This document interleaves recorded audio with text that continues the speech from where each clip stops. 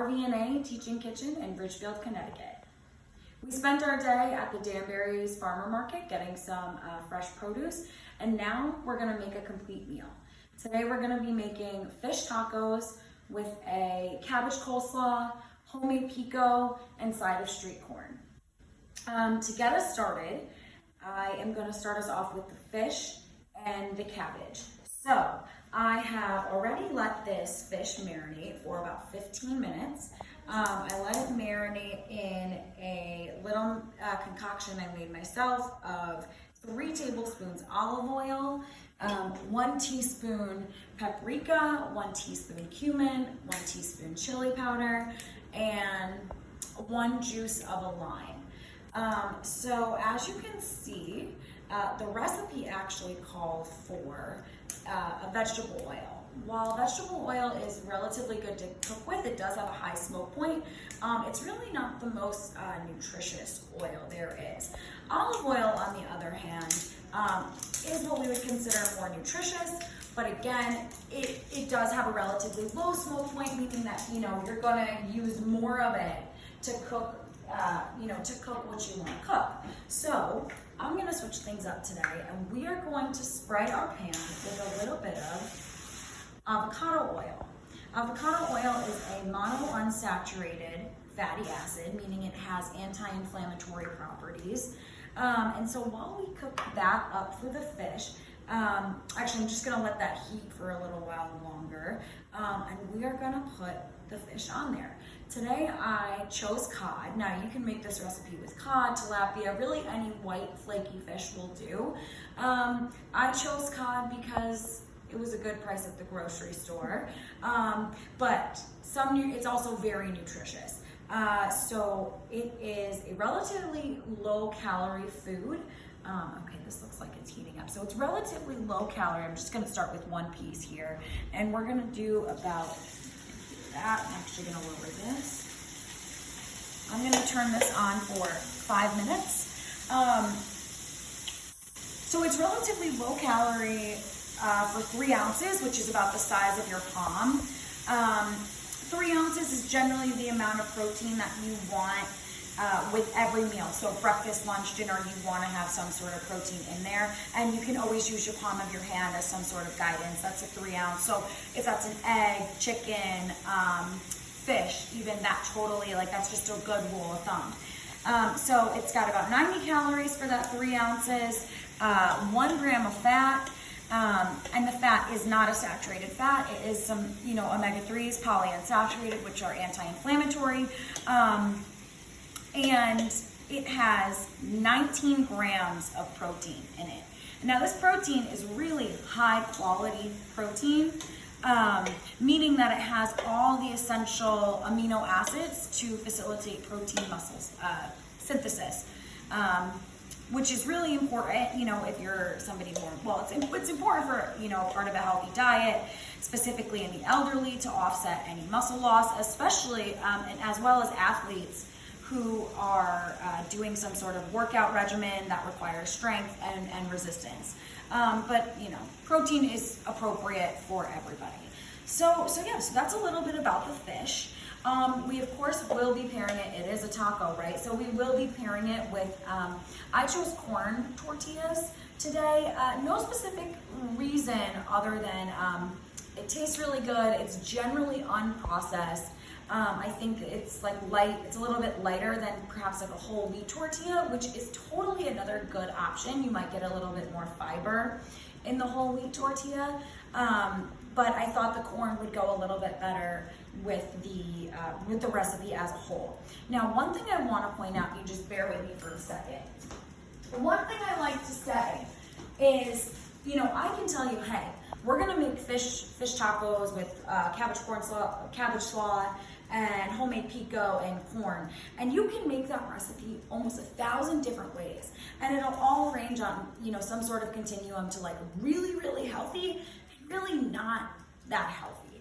And when I say healthy, what does that mean? I mean nourishing, fueling, having an adequate amount of protein, fiber, energy, calories, and micronutrients. Unhealthy would be something that's high in saturated fats, high calories, but with not a lot of nutrition, meaning no micronutrients, no fiber, no balanced energy. So back to the corn tortillas. The reason that I chose, I chose this brand, but really the brand has nothing to do with what I'm about to say. I always encourage people to look at the back of the label, and you want to look for something, and this is going to be a reoccurring theme, but you want to look for something that is highest in protein, highest in fiber, lowest in sodium, lowest in saturated fats, and the lowest in added sugar. So these corn tortillas, for example, are 100 calories for two. But again, I don't like to focus on the calories really. I like to focus on the nutrition. So more importantly, there's 3 grams of protein in 2 corn tortillas. There's no added sugars. There's 15 milligrams of sodium, which is really small compared to our daily value, which is about 2,000, 2,300 milligrams. And there's no saturated fat. So I felt that these were a good option to help keep this meal pretty healthy. So while that is cooking, we're gonna start with the cabbage. Now, as you can see, I already chopped up the ingredients and laid them out. And I chose a red cabbage because it is really high in fiber and vitamins A and K as well. So for this recipe, it's relatively easy. What I am thinking is after the fish is cooked, we can lay out the tacos with, top it with a cabbage slaw, top it with the homemade pico we're gonna cook up eventually, and then have it with the side of street corn. But we'll get to those 2 recipes. For right now, you can see I did about 2.5 cups of this purple cabbage. You can do really any color, it doesn't really matter. You're still gonna get the fiber content as well as the micronutrient content as well. So I did right here is a juice of 1 lime, added 3 tablespoons of cilantro. This is 1 fresh jalapeno. Again, the majority of these ingredients are from the Danbury's Farmers Market. So I definitely encourage you to check it out before the season is over. And then lastly, what's a little unique is we have this mayonnaise, but instead of just any old mayonnaise, because mayonnaise can be really high in saturated fat, and this is what I mean. I always encourage you to look at the label because you can make even a pizza or a hamburger or whatever relatively nutritious, and that's really our goal here. We still want to keep the pleasure in food. We just want to increase the nutrition while we're doing that. So this is 1/4 mayonnaise, and I chose this mayonnaise because, and I'm going to pull out the label over here, so you can see that this mayonnaise is made with olive oil. So again, if you look at the back, mayonnaise generally is going to be a little bit higher in calories. Again, that's okay. I'm not too concerned about the calorie content. I'm concerned about the nutrition content. But what's interesting about this mayonnaise is that there is 1 gram of saturated fat. So that's a lot lower than what you would really usually find in any other sort of mayonnaise. And it has mono and polyunsaturated fats, which are the type of fats that are high in omega-3s and also known to be anti-inflammatory. And you can see here it says omega-3 alpha-linolenic acid. That's what ALA means. That is a plant-based, alpha-linolenic acid is a plant-based essential omega-3 fatty acid, meaning we need to eat it from our diet to get the benefits of it, meaning our body can't synthesize it using other sort of fatty acids. So it's really crucial we get that from our diet, and it's been shown to have favorable benefits in prevention of cardiovascular disease, stroke, hypertension, and there is more research coming out that there is some favorable benefits of omega-3s in improving brain health, including memory and cognition. And I also forgot in this recipe, so the cabbage slaw, we are going to mix it up, and it also called for a little bit of honey, which I thought was pretty unique. And I'm not going to really measure it out. I'm just going to give a little squirt there just to give it some sweetness and play with the flavors a little bit. Another thing that I did that I always encourage you to do during your meals is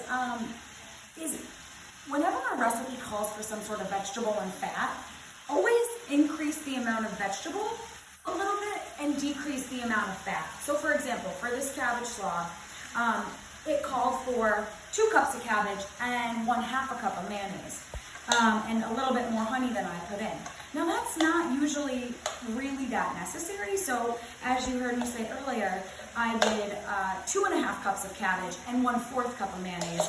And trust me, coupled with the fish that we've got going, the pico, everything else we've got working, you're not going to need that extra fat to kind of increase the flavor profile. I really think that, and you can see here, it's certainly covered with between the mayonnaise, the honey, and the lemon juice. It's certainly covered and really is taking shape of that coleslaw. Not so dry anymore, but you're still going to get that fiber and the micronutrients from the cabbage themselves. And as we're moving over to the fish, this fish looks like it's starting to heat up nicely. You can tell it gets done when it starts to get that flaky, starts to kind of fall apart a little bit, which we can see is happening. So I'm probably going to give that about 1 more minute. And while I do so, oh, it smells really good.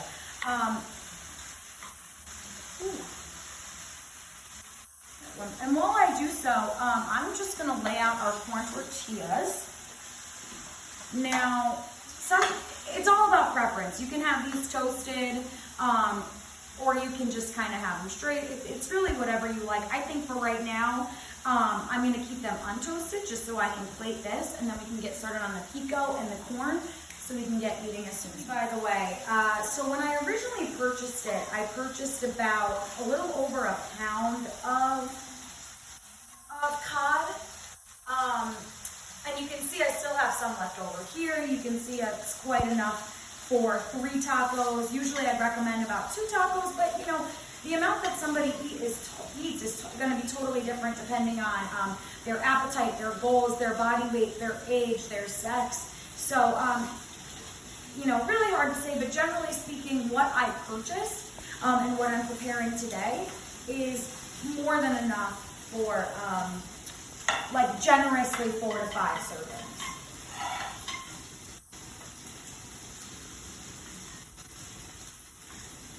And so this meal, you know, it does take a little bit more of time. It's perhaps not one of my quickest recipes, but it's definitely worth it. It's, you know, it's a good idea if you've got guests over, or it's a Friday or Saturday night, and you know, you want to try something a little bit different, or maybe even impress somebody. I definitely recommend going to this recipe. And before I do that, I'm just going to, all right. And now, let me turn this timer on. I forgot last time. I did about 5 minutes on each side, maybe a little bit less. And then we're just going to top this with about a spoonful of the cabbage slaw. And again, we're not done yet, even though in theory you could technically eat this right now. And actually I want to point out that what's really great about this recipe and why you could eat it right now without even doing the homemade pico or the corn is that, you know, generally we want to eat every single, so breakfast, lunch, dinner, we want our meals to be a complete meal.